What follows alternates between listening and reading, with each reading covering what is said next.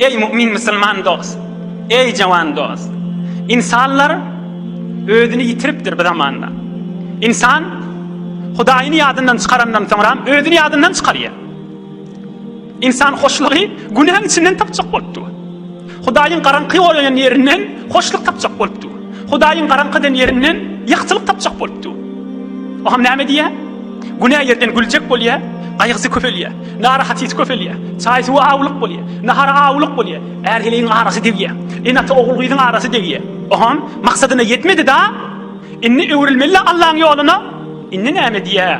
Ah, bu günäni etberip, başga bir günä edip, ýene ýüregini jaýlaşdyrjak bolup, öňkü narahatynyň ýerini tutsun diýip, haram zat bilen ýene özüni dewa etjek bolýar da. Meselen bir haram kepleşýäni barmyş, haram sataşýany barmyş, wefa görmeýär, nikah da ýok. Dälip bar ýa, bu külli bewafalyk da görüpdir, iyili ýok puç, inni gelmeli Allahyň gapsyna. Yo, inni başga biri bilen yine araşyp, yine sataşyp, yine kepleşip, öňkü narahatymy ýuwsyn diýip, öňkü dimmeteri yine derdi köpelýär. Hudaýyň ijady bermedik ýerinden hoşluk tapjak bolmaly.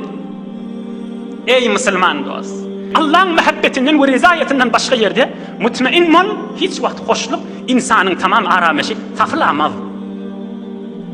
Hiç kunji bidedu bidan nist, her deşwehir, her ýaňa bar.